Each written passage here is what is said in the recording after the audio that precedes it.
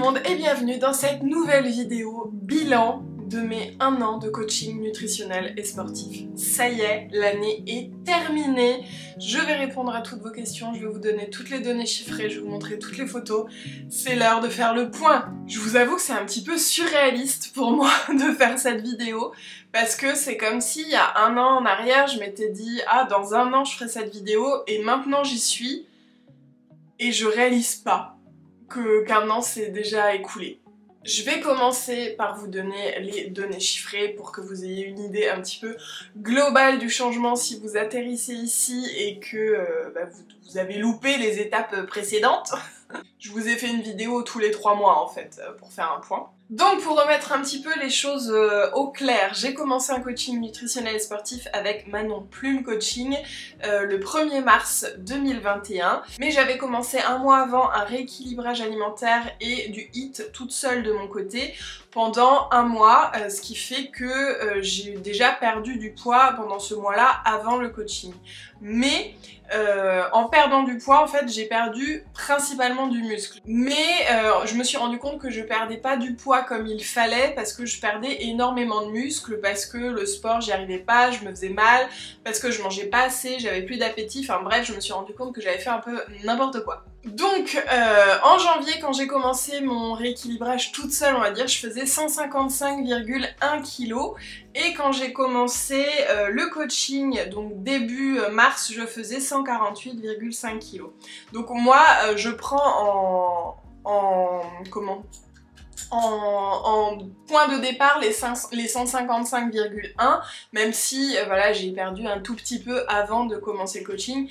Donc quand je dis voilà, j'ai perdu 65 kg, c'est pas juste l'année du coaching, c'est juste avec le mois en plus avant. Si je vous fais cette précision, c'est tout simplement parce que je précise pas ça à chaque fois sous mes posts, à chaque fois que je donne des données chiffrées, ce qui fait qu'en fait je prends en point de départ les 155,1 kg ainsi que mes mesures, mes mensurations de départ et pas exactement du 1er mars. Mais voilà, c'est juste parce que pour moi, c'est de là vraiment où je suis partie, les 155,1, même si ça prend 1 mois en plus du coaching où j'ai commencé toute seule. Donc durant cette transformation physique, j'ai perdu 65,2 kg puisqu'aujourd'hui je suis à 89,9. Mon objectif, si vous aviez vu les vidéos, c'était de pouvoir sauter en parachute et pour sauter en parachute, il faut faire 90 kg, donc mon objectif était de 90 kg. Entre temps, j'ai trouvé un centre qui acceptait à partir de 95 kg, donc je me suis inscrite quand je faisais pas encore les 90, 94, je sais plus, pour pouvoir sauter au mois d'avril. Évidemment, je vous en reparlerai.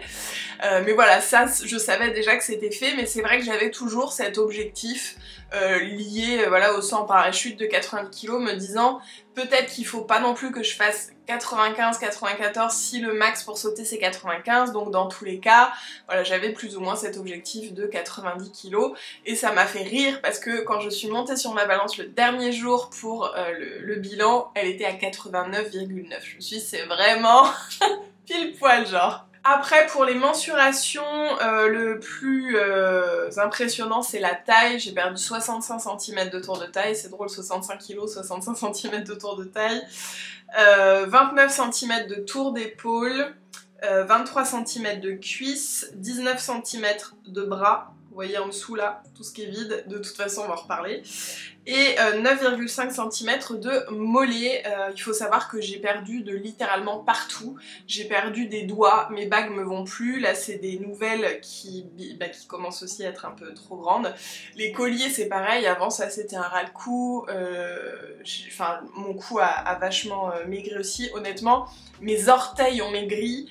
Il n'y a pas une partie de mon corps qui n'a pas changé. Voilà, que les choses soient claires. D'ailleurs, vous êtes assez nombreuses à m'avoir dit aussi que ma voix avait changé. Et ça, j'avoue, moi, je m'en rends pas compte du tout. J'ai regardé l'ancienne vidéo. Je trouve que c'est assez léger, mais voilà, vous me direz.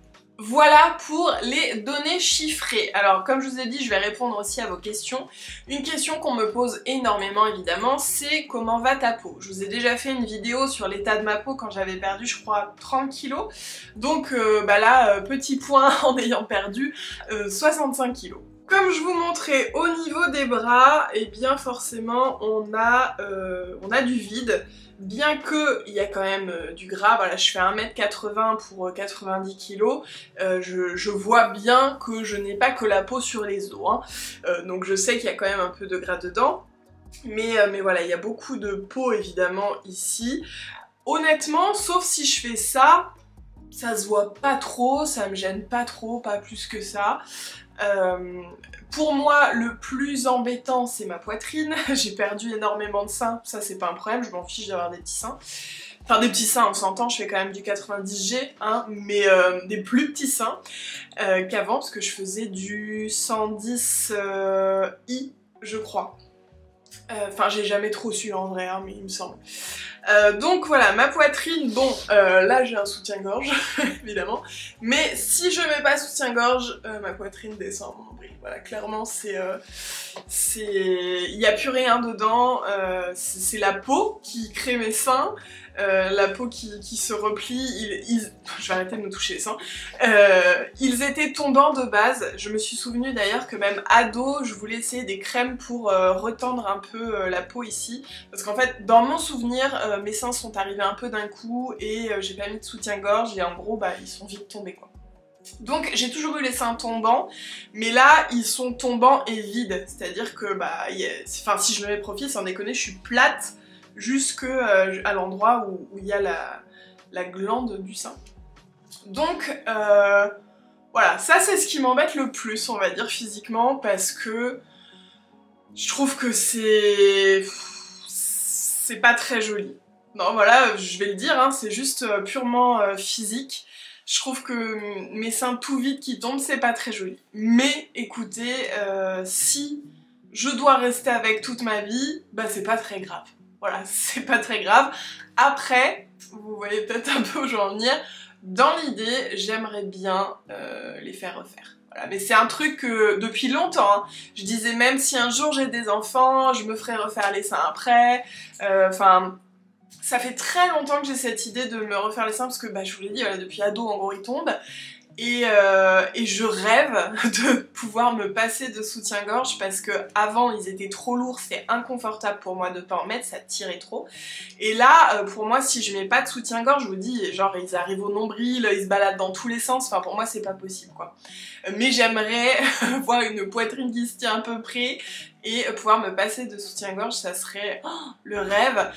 Encore plus, j'ai envie de dire que juste un objectif physique, voilà, c'est aussi lié à l'objet, bien que j'adore porter des beaux soutiens-gorge et tout, mais juste pouvoir me dire, par exemple, si je mets une robe dos nu, pas de bretelles et tout, j'ai jamais pu mettre ces trucs-là depuis que j'ai une forte poitrine, simplement parce que je trouvais rien qui maintiennent assez le fait qu'elle soit lourde et tombante. Je pensais pas parler autant de mes seins dans cette vidéo, écoutez, c'est fait. Donc bref, tout ça pour dire que c'est quelque chose auquel je pense, voilà, me faire refaire les seins en toute objectivité. Et la troisième partie où je trouve que ça se voit le plus, la peau tombante, c'est au niveau du ventre. Donc je vais vous remontrer par rapport à la dernière fois, j'essaierai peut-être de faire un screen, voir si on voit une évolution. Bon là je suis en collant, c'est quand même pas le plus pratique, mais voilà. Donc honnêtement, je m'attendais à pire, hein, je vais vous le dire. Évidemment ça tombe, on voit que la peau, bon bah elle se fripe quoi, parce que elle est plus vide qu'avant tout simplement.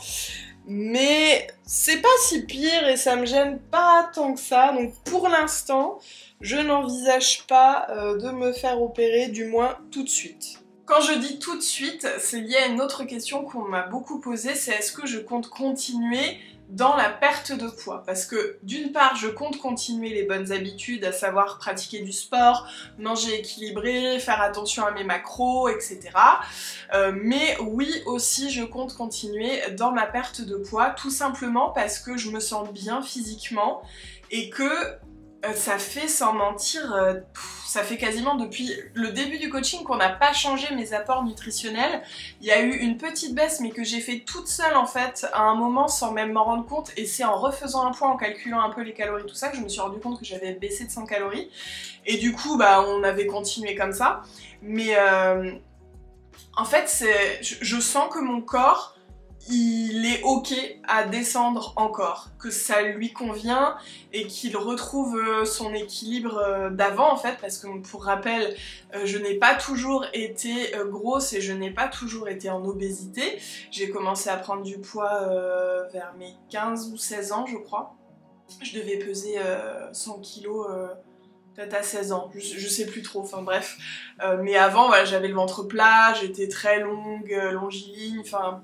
Voilà, donc mon corps de base, là où il se sent bien, je pense que c'est un peu plus bas, en fait, tout simplement. Après, je peux me tromper, et peut-être que je vais arrêter de perdre du poids. Et peut-être que je vais perdre, et puis finalement, je vais reprendre un peu, parce que je me sentirai mieux autour de 90. Je sais pas, vraiment, c'est une expérience. Je vais voir simplement jusqu'où mon corps est ok d'aller et essayer de trouver en fait le point d'équilibre où il est bien tout simplement.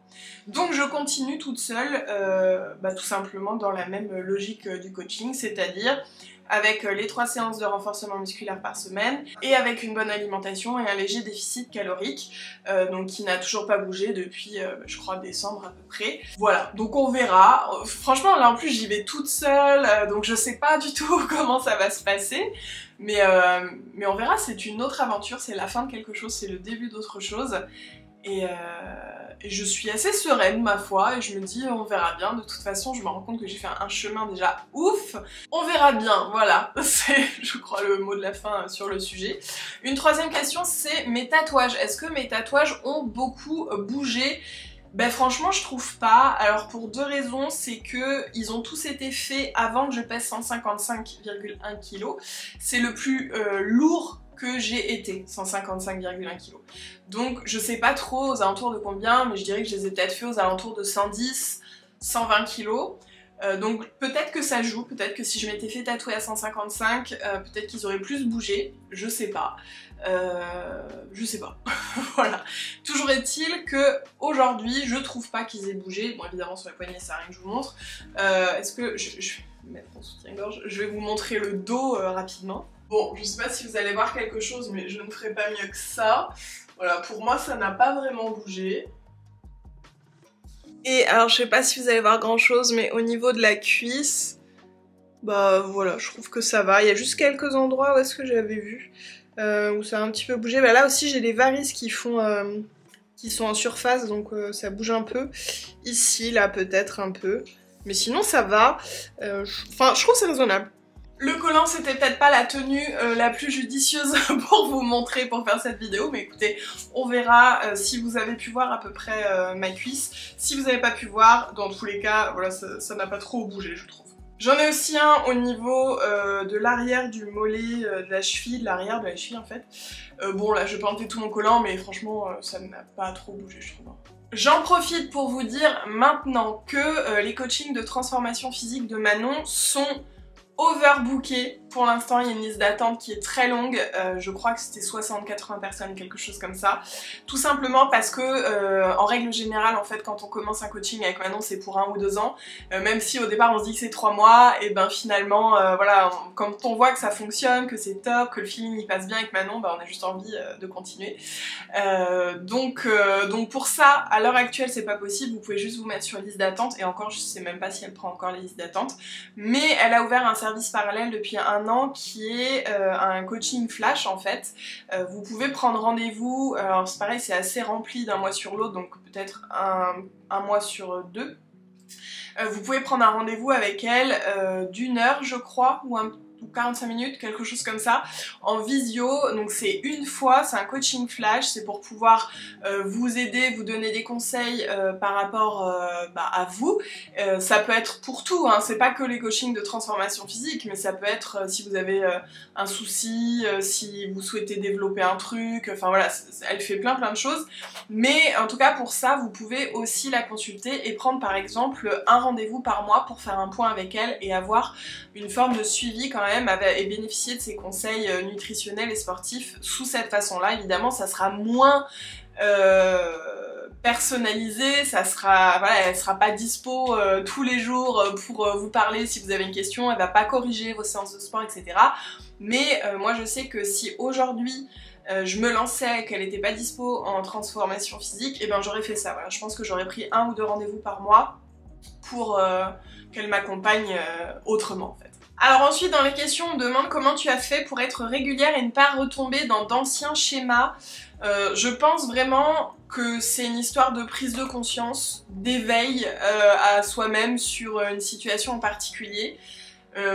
Après je veux pas dire que j'ai été parfaite, il y a eu des fois, notamment il y a pas très longtemps, là en février, il y a eu un week-end où j'ai mangé trop riche, trop gras, trop sucré, et après j'étais mal, mais vraiment genre j'étais pas bien, mon corps il était crevé et j'ai eu du mal à digérer, enfin franchement j'ai culpabilisé, pas d'avoir mal mangé, parce que c'était un week-end de fête et voilà, mais j'ai culpabilisé d'avoir maltraité mon corps, en voyant sa réaction en fait, il était tellement mal que j'avais juste envie de m'excuser auprès de lui en mode je suis désolée de t'avoir fait ça, je pensais pas que ça se passerait si mal. Et ouais, du coup, bon, tout ça pour dire que j'ai pas été parfaite absolument tout le temps, tout simplement parce que bah c'est la vraie vie, et il y a eu des week-ends de fête, il y a eu de l'alcool, il y a du chocolat tous les jours, et en fait pour moi la perfection, en fait c'est ça tout simplement, c'est trouver son équilibre tout en incluant les week-ends de fête, les repas de fête, etc., les plaisirs quotidiens, mais vraiment parce que sans ça, si vous faites pas plaisir en mangeant un minimum, je veux dire, ok, manger, c'est pas censé être un plaisir en premier, hein, c'est pour donner du carburant à son corps, pour être en bonne santé, mais c'est quand même important de manger des choses qu'on aime, et de se faire des petits plaisirs gustatifs, enfin voilà, c'est... Donc bon, bref, tout ça pour dire que je veux pas dire que je suis retombée dans d'anciens schémas, dans le sens où, pour moi, l'ancien schéma, c'est manger ses émotions, et j'avais fait une vidéo sur le sujet, pour vous partager un peu ce que j'avais compris, et en fait, je me suis rendu compte que mon problème principal, c'était ça, de manger mes émotions. Si j'étais triste, de manger, si j'étais heureuse, de manger, si je m'ennuyais, de manger, enfin voilà, d'associer, si je voulais me féliciter de manger, c'est avec de la nourriture. Donc j'ai vraiment démêlé un petit peu tout ça, le nœud des émotions et de l'alimentation, et ça m'a énormément aidée. Par exemple, avant, pour me féliciter de chaque mois de coaching réalisé, je me serais offert un bon repas, une pâtisserie, un truc comme ça. Et à la place, je me suis offert des fleurs, un vase, qu'est-ce que je me suis offert? Un nouveau téléphone, enfin voilà, des choses qui ne se mangeaient pas. Et c'est un petit peu tout le truc à revoir aussi, c'est se dire quand je me sens pas bien, j'ai parfois, plusieurs fois, même pendant l'année, pensé genre j'ai envie de manger ça, un truc gras, ou même ça aurait pas été grave si je l'avais mangé en 100 ans, hein, mais c'est quelque chose que j'avais envie de manger juste parce que j'étais pas bien. Et en fait maintenant je le vois quand ça arrive, c'est genre hop, ça met une petite sonnette d'alarme, et ça me dit t'as envie de manger ça, mais pourquoi? Et là je me dis ah ouais, mais c'est pour compenser mes émotions. Du coup je le fais pas, je fais autre chose. Soit je vais faire un autre truc qui me fait du bien, je vais me balader, je vais parler avec quelqu'un, enfin voilà. Soit déjà je vais juste prendre le temps de voir vraiment pourquoi j'ai envie de ça, est-ce que c'est de ça dont j'ai envie, ou est-ce que c'est juste d'oublier l'émotion, etc. Et enfin juste le fait de conscientiser en fait ça aide énormément. Et donc bon, si votre problème, encore une fois je parle pas de TCA, hein, je parle de manger ses émotions, ça peut déboucher sur des TCA, mais voilà, moi je suis pas du tout habilitée à vous parler de ça. Je vous invite à vous faire accompagner par un professionnel de santé qui peut du coup, si c'est votre cas, mais voilà, moi je peux pas dire que je sois retombée dans d'anciens schémas à partir du moment où ce schéma de manger ses émotions, maintenant je le vois. Et systématiquement je me pose la question, je me fais pas avoir en fait, tout simplement. Je me dis ok, mais pourquoi tu veux ça? Et du coup, l'autre partie de la question c'est comment tu as fait pour être régulière. Je me suis découvert une rigueur et une force que je n'aurais jamais soupçonnée. Franchement, j'aurais jamais cru être capable de faire tout ça, j'aurais jamais cru être capable de faire du sport 3 fois par semaine pendant 1 an, sachant qu'il y a eu des fois où je l'ai pas fait, je vais revenir dessus. J'aurais jamais cru pouvoir manger bien, sainement, équilibré et tout pendant si longtemps. Tout simplement en fait, donc il y a la rigueur de s'y mettre et de le faire et de continuer, etc. Mais quand j'ai commencé, je savais que c'était quelque chose que j'allais garder toute ma vie et donc il fallait que ce soit bien équilibré pour que j'arrive à le garder toute ma vie. Je me suis pas dit, c'est un truc, je vais faire un effort pendant un an et après je retourne à mes anciennes habitudes. Jamais. Je savais que c'était un tournant dans ma vie et que tout ce que j'allais apprendre là, c'est ce que je vais appliquer au quotidien dorénavant. Après, on en reparle dans 10 ans, hein, mais c'est mon intention du début du coaching et c'est toujours mon intention d'aujourd'hui de continuer tout simplement dans cette voie. Ça a facilité ma rigueur, je pense, simplement de se dire que c'était un chemin de vie, des nouveaux choix, quoi. Et au-delà de ça, j'ai aussi pratiqué le lâcher-prise et la bienveillance parce qu'il y a eu plusieurs fois par exemple où j'ai pas pu pratiquer mon sport. J'ai eu un lumbago pendant un mois, j'ai pas fait de sport. Les semaines quand j'ai mes règles, souvent je fais pas de sport. Voilà, si je suis fatiguée, et ben je sais maintenant distinguer flemme et fatigue et donc je fais pas de sport si je suis fatiguée. Donc il y a eu plusieurs fois où j'ai pas fait de sport et notamment en février, je crois que j'ai dû faire du sport peut-être l'équivalent à peine de 2 semaines. Après bon c'est un moins court, mais après on est allé à la piscine, c'est un nouveau truc aussi, toutes les semaines, une fois par semaine en février, mais voilà, j'ai eu à moitié une crève, enfin je sais pas, ça s'est fait comme ça, j'étais trop fatiguée, j'avais pas l'énergie physique pour faire mon sport. Et donc je l'ai pas fait, et c'est pas grave en fait. Ça c'est un truc aussi que j'avais demandé à Manon, je me suis dit mais c'est fou, même si je fais pas mon sport, je continue à perdre du poids. Et elle m'a dit oui mais parce que tu as construit des muscles avec la musculation qui continuent à consommer les calories au quotidien, etc. Donc si tu fais pas de sport pendant 1 semaine, 2 semaines, 3 semaines, 1 mois, ça change rien en fait, ça continue. C'est juste que si tu fais une coupure de plusieurs mois, ben ton muscle il va petit à petit peut-être redisparaître, enfin, je sais pas trop comment l'expliquer, mais si tu l'entretiens pas, il va refondre un petit peu, et donc ton métabolisme il va redescendre un petit peu. Mais tu peux faire une pause genre d'1 mois sans sport et c'est pas grave, ça va rien changer quoi dans ta vie. Et il faut bien que je me rappelle ça aussi, parce que je vais me faire opérer des varices, je sais pas encore trop quand, et là il va au moins y avoir 1 mois sans sport, je le sais d'office, et c'est pas grave, voilà, c'est ok. Et donc pareil pour l'alimentation, bah c'est ok parfois de manger, je sais pas moi, un McDo, enfin ou des trucs vraiment tu sais qui sont pas sains et puis qui t'apportent rien de bon, que du gras ou des trucs comme ça.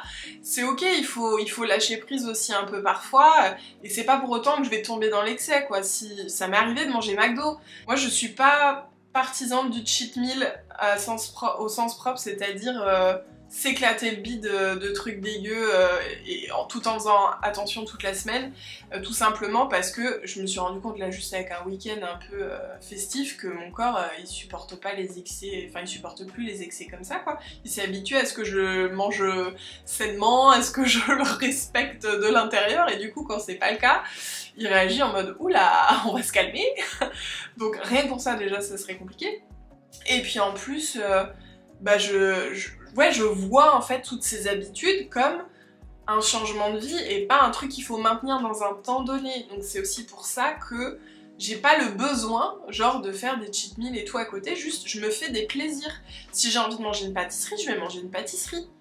Voilà, c'est pas un craquage, c'est pas un écart, c'est normal en fait. C'est une autre conception je pense des plaisirs en fait, c'est juste...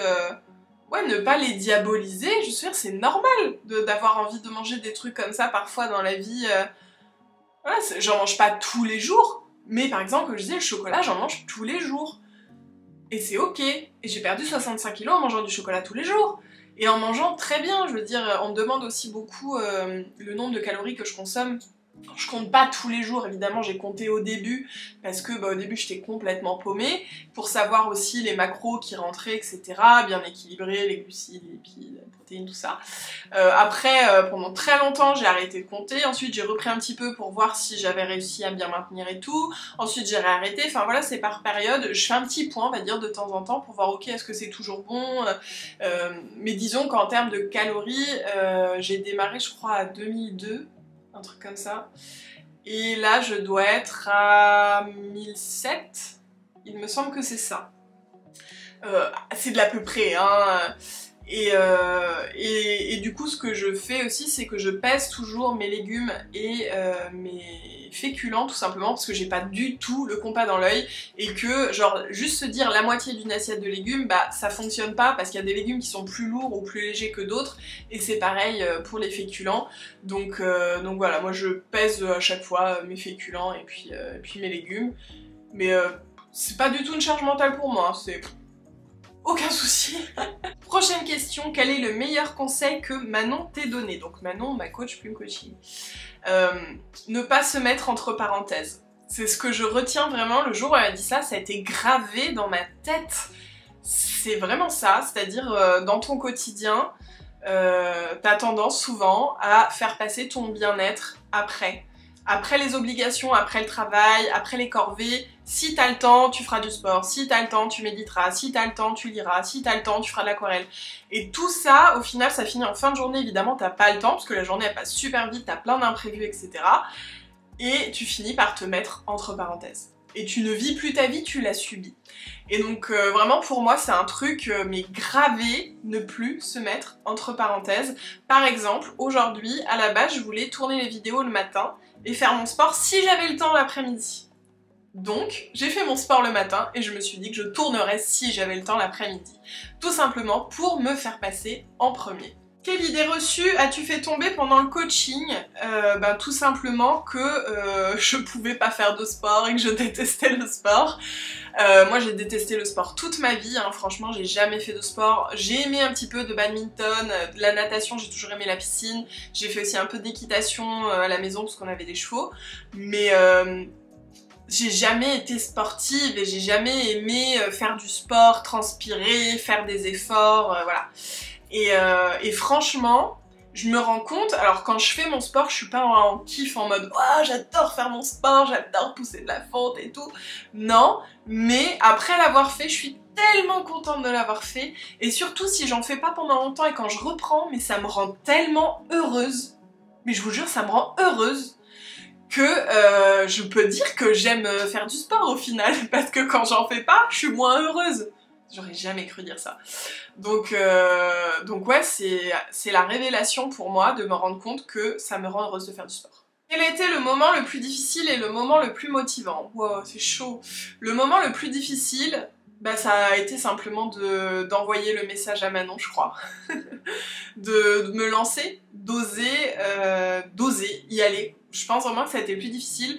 Je me souviens que j'ai dû mettre au moins 2 semaines à envoyer le message. J'y pensais, j'étais là, je le fais, je le fais pas. Se lancer, c'est le plus difficile.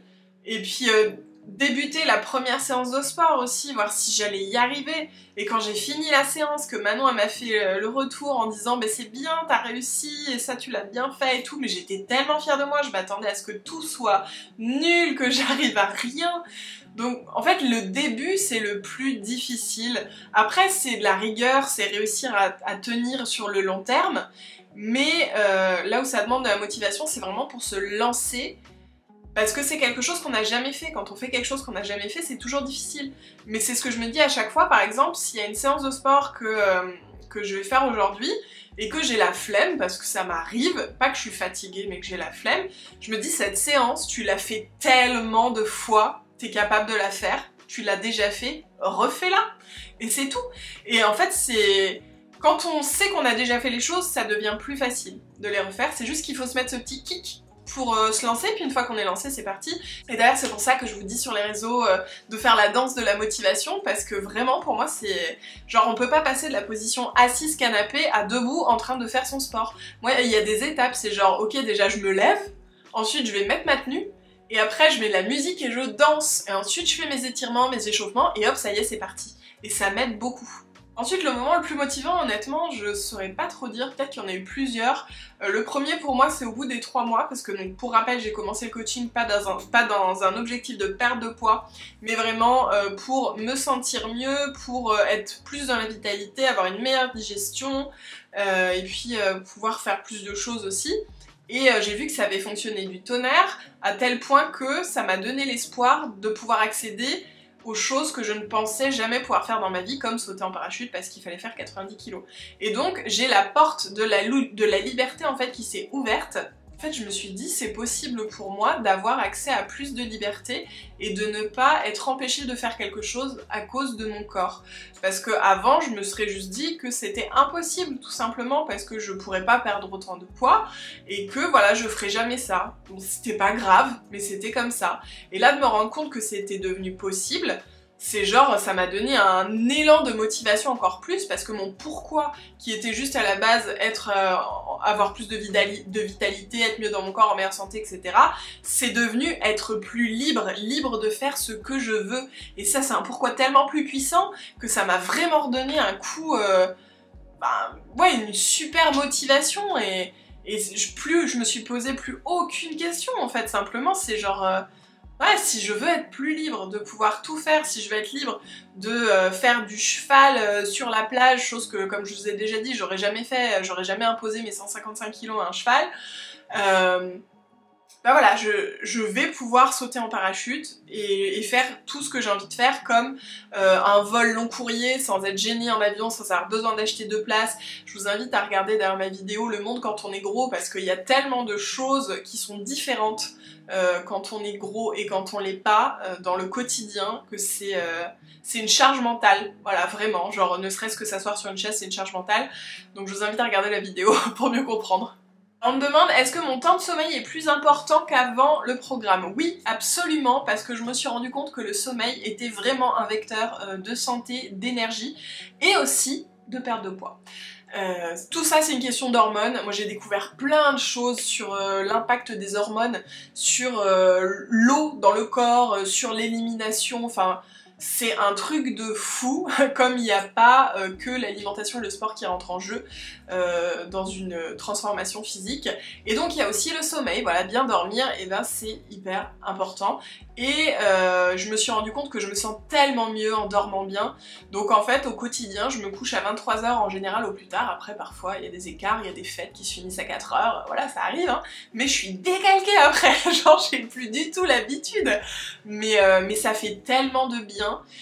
D'autant qu'en plus mon chien il me réveille plusieurs fois par nuit, enfin bon c'est un petit peu compliqué, mais bref, le fait de dormir tôt, pour moi c'est hyper important et voilà, le sommeil c'est devenu très important dans ma vie. Et mon chéri aussi, qui à la base est un oiseau de nuit et se couche très très tard, etc. Bah lui aussi s'est rendu compte de l'importance du sommeil dans sa vie, comme il se sent mieux tout simplement pour aller travailler, comme il se sent mieux dans les journées où il travaille pas, pour plus profiter aussi. Le sommeil c'est tellement important, je vous ferai une vidéo routine sommeil. Alors j'avais une question que j'ai trouvée un peu étrange, mais je vais vous la lire quand même. Est-ce que tu n'as pas eu crainte de ne pas pouvoir avoir assez d'énergie pour te lever un matin? J'ai cette crainte. J'ai tellement plus d'énergie qu'avant en fait. Faut pas croire que je mange un grain de riz, hein. Je mange très bien, enfin il y a eu plein de fois, je vous montrais tous les jours ce que je mangeais, j'ai fait des reels une journée dans mon assiette, j'avais fait une vidéo aussi YouTube, vous me direz si vous voulez que je vous en fasse une heure peut-être, parce que ça fait un moment, c'était au tout début du coaching. Mais non, je mange très très bien, hein, franchement, j'ai toujours des très belles assiettes, hein. Même mon chéri me dit oh là là, mais je peux pas manger tout ça, enfin, c'est juste que je mange de meilleurs aliments, plus sains, moins transformés, etc. Et moins caloriques au final, c'est-à-dire que si je mangeais par exemple 3 repas de McDo, bon, ben forcément, ça serait pas le même total calorique, quoi, même si visuellement ça fait autant, on va dire. Je sais pas si c'est très clair. Bref, toujours est-il que j'ai plus d'énergie aujourd'hui, tout simplement parce que le mouvement appelle le mouvement. Faire du sport, là ça m'a donné envie de faire de la natation, du coup on va à la piscine avec mon chéri toutes les semaines. Je fais vachement plus de choses, ouais, je marche beaucoup plus. Cette année aussi, oui, je me suis mis à faire le challenge des 10 000 pas. Même si là c'est plus compliqué parce que mon petit chien il a un souci au genou, du coup on peut plus marcher autant qu'avant, mais quand même j'essaie de marcher au maximum, d'aller partout où je peux aller à pied. Donc ouais, non, je bouge plus, j'ai plus d'énergie, monter les marches c'est tellement plus facile, genre avant j'esquivais les marches, j'esquivais une côte, maintenant j'y vais tranquille, donc non franchement j'ai beaucoup plus d'énergie qu'avant. Et puis j'ai pas mal de questions aussi sur le déclic, pourquoi je me suis lancée, etc. Je vous invite à regarder la première vidéo parce que j'en parle dedans. En gros, c'est mon corps qui un jour m'a dit stop. Il voulait plus que je mette rien dedans et j'ai fait un jeûne intermittent et j'arrivais plus à manger. En fait, j'étais dégoûtée, ne serait-ce d'une cuillère de miel, j'étais écœurée. Mais voilà, il m'a dit stop, il m'a dit c'est assez, il faut faire quelque chose, mange mieux, fais attention à moi, fais attention à ce que avec quoi tu me nourris, et voilà, donc c'est vraiment partie de mon corps qui a dit stop. Et du coup après bah, j'ai essayé de voir ce que je pouvais faire, donc de bouger un peu plus, donc je vous disais toute seule avant le coaching, hein. Et donc je faisais le jeûne intermittent, et puis bah, j'essayais de mieux manger, etc. Mais ça a été trop dans l'extrême, à faire du HIIT d'un coup alors que je faisais 155 kg, c'était trop, je me suis fait mal, je mangeais pas assez, j'ai perdu de l'appétit. Quand j'ai commencé le coaching avec Manon, je lui ai dit mais je vais jamais pouvoir manger tout ça. Elle m'a dit mais si, tu vas voir et tout. Et au début, j'avoue, le dernier truc que je devais manger la journée, genre le pré-dodo, c'est un truc, on va dire le dessert un peu si vous voulez, je le mangeais pas la première semaine, j'y arrivais pas, c'était pas possible, je pouvais pas manger autant. Et voilà, c'est revenu petit à petit, mais c'est pour ça, je pense que c'est hyper important quand on est perdu nutritionnellement parlant, et aussi pour le sport, si jamais vous en faites, de voir avec quelqu'un qui sait ce qu'il fait, voir avec un professionnel et faire un point. Et même si c'est chiant, parfois au début, bah, de compter un peu ses calories, de voir ce qu'on mange, parce qu'on se rend pas forcément compte. Parfois on mange pas assez, parfois on mange trop. Voilà, c'est un métier d'accompagner les gens, que ce soit dans la nutrition ou la transformation physique, etc. Et je pense que c'est vraiment important de ne pas hésiter à se faire accompagner par un professionnel, même si ça coûte un peu de sous. Je sais qu'il y a plein de gens qui me disent oui mais moi je peux pas me permettre un coaching, etc. Je comprends. Mais au moins de consulter un professionnel de santé au début pour faire un point, voir où on en est, quelles sont les habitudes qui nous nuisent finalement au quotidien, quelles sont les choses qu'il faudrait faire évoluer si on veut aller vers une meilleure vitalité, une meilleure santé, etc. Parce que parfois on se rend pas compte, puis surtout on sait pas. Voilà, moi je sais que j'étais complètement paumée et c'est pour ça que je suis allée voir Manon. Et pour finir, si je ne me trompe pas, la dernière vidéo que j'avais dû faire était en novembre, puisque là j'ai fait décembre, janvier, février. Donc juste un rapide point sur le mois de décembre avec les fêtes, Noël, etc. Bah écoutez, je l'ai abordé comme tout le coaching, c'est-à-dire en me faisant plaisir quand j'avais envie de me faire plaisir. J'ai bu du champagne, mais au lieu de passer tout le repas au champagne, bah, j'ai bu une coupe ou deux. J'ai mangé du faux foie gras que j'adore. Enfin voilà, j'ai mangé des chocolats. Une vie normale, j'ai envie de dire, mais avec un peu plus de modération, voilà, qu'avant. Avant où j'y allais en mode juste j'y allais quoi. Je crois que j'ai à peu près fait le tour, mais si vous avez des questions, n'hésitez pas à les mettre en commentaire, j'y répondrai parce que je pense que là, je vais pas refaire de vidéo de sitôt sur ma transformation physique, même si, comme je vous l'ai dit, je continue. Je pense que je vous ferai peut-être une prochaine vidéo cet été, genre aux alentours du mois de juin-juillet, pour voir ce que ça a donné, où j'en suis, etc. Voilà, je pense que je vous ferai un petit point. Mais voilà, entre temps, en tous les cas, n'hésitez pas à me suivre sur Instagram puisque je vous partage régulièrement mes séances de sport, ça peut être mes assiettes que je mange, etc. si ça vous intéresse. Mais je tiens à préciser une chose, le sport que je fais, les exercices que je fais, le nombre de calories que je mange, ce que je mange, ça me convient à moi. Par exemple, mon chéri, du moins en tout cas les premières assiettes, était incapable de manger autant que moi. Incapable, je mangeais beaucoup trop, c'était pas possible. Donc tout ça pour dire que c'était un coaching personnalisé, les exercices sont personnalisés, j'ai mal à un genou, je peux pas me mettre à 4 pattes, donc tous les exercices à 4 pattes c'était pas possible, j'ai des varices, il y a des choses qui me faisaient mal, donc voilà, on a adapté. Tout a été adapté pour moi. Donc ça sert à rien de faire exactement comme moi, vu que vous n'êtes pas moi. Ce que je mange à l'heure actuelle, peut-être que ça sera trop pour vous, peut-être que ça sera pas assez, et le sport, peut-être que ça sera trop simple, peut-être que ce sera trop compliqué. Donc ça sert à rien de prendre exactement ce qu'on me demande souvent, montre-nous exactement tous les exos que tu fais, etc. D'une part, je vous montre, même rapidement, des extraits sur toutes les vidéos que j'ai mis, au final vous avez vu tous mes exos. Et d'autre part, je veux pas vous mettre genre tant de répétitions de ça, tant de répétitions, etc. Parce que ça, c'est le programme personnalisé payant de ma coach. Donc je veux pas donner son travail payant.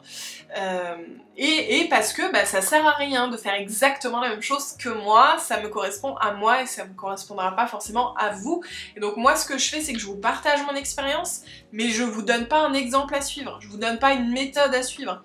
Je vous partage des choses que je comprends, notamment sur manger ses émotions, des choses voilà, qui se sont révélées à moi et que j'ai eu envie de partager. Mais après, c'est pas parole d'évangile, quoi. Donc moi, je suis pas professionnelle de la nutrition, je suis pas professionnelle du sport, simplement j'ai vécu 1 an de transformation physique, je vous l'ai partagé, je vous ai partagé mes prises de conscience, mes réflexions, et voilà, je voulais juste faire un petit point là-dessus pour bien vous dire que je n'ai aucune méthode à vendre et que ce que j'ai vécu, tout ce que je vous partage n'est pas une méthode. Voilà, c'est juste mon partage. Et j'espère que du coup c'est des choses qui pourront peut-être vous aider, vous questionner et pourquoi pas vous inviter à vous rapprocher d'un professionnel si vous en avez le besoin, peut-être vous motiver à reprendre telle chose que vous aviez laissé de côté. C'est même pas une question de sport ou d'alimentation, ça peut être juste un projet. Je finirai en vous disant que vous êtes capable de tout, qu'on peut tout entreprendre, qu'on a une force, je suis persuadée que c'est le cas de tout le monde, insoupçonnée, parce qu'on est habitué entre guillemets à notre routine, notre rond, etc. Mais je suis convaincue qu'on est capable de choses incroyables et je me le suis prouvé à moi-même cette année, j'aurais jamais cru être capable de réaliser cette transformation physique. Donc je suis extrêmement reconnaissante évidemment vers Manon de m'avoir suivie, de m'avoir accompagnée, d'avoir été là, d'avoir marqué ma vie à tout jamais, pour sa bienveillance, enfin franchement voilà. Mes proches aussi qui m'ont toujours soutenue dans cette année et puis vous aussi à travers tous vos commentaires trop mignons et tout, à travers votre ouverture d'esprit aussi, de comprendre que je changeais pas parce que je n'aimais pas mon physique d'avant, que c'était autre chose, une autre raison. Ça a été un peu difficile au début et voilà. Merci beaucoup, merci à tout le monde et merci aussi à moi-même parce que quand même, de l'avoir fait, de continuer dans cette voie et je sens que voilà, j'ai encore plus d'amour qu'avant envers moi parce que je suis pleine de gratitude d'avoir réalisé tout ça, parce que je me dépasse quotidiennement, ça booste ma confiance en moi, enfin voilà, ça...